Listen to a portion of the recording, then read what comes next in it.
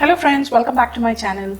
So recently I saw a video of an easy pull-out garlic bread and I found it very interesting, so I tried it out.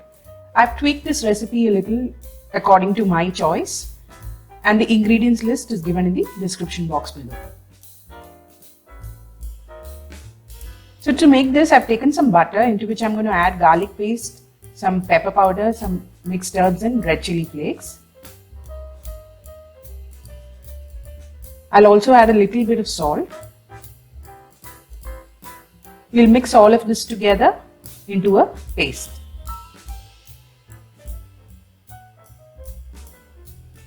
Now I've taken a burger bun and I'm going to cut it crisscross like this.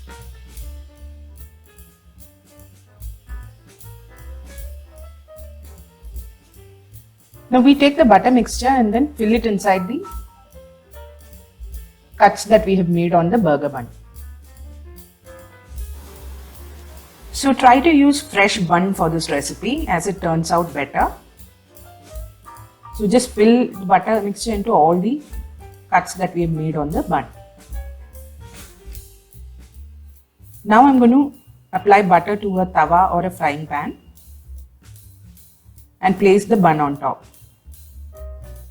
So we need to cover and cook this. I tried using this lid but it didn't fit properly, so I had to change.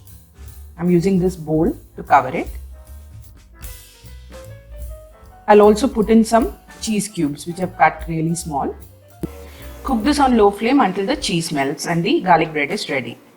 Another option that you could do is add some sausage bits into this or some minced chicken and make it into a non-veg garlic bread as well. So do try this recipe at home and let me know in the comment section. I'll see you next time with a new recipe. Until then, bye-bye.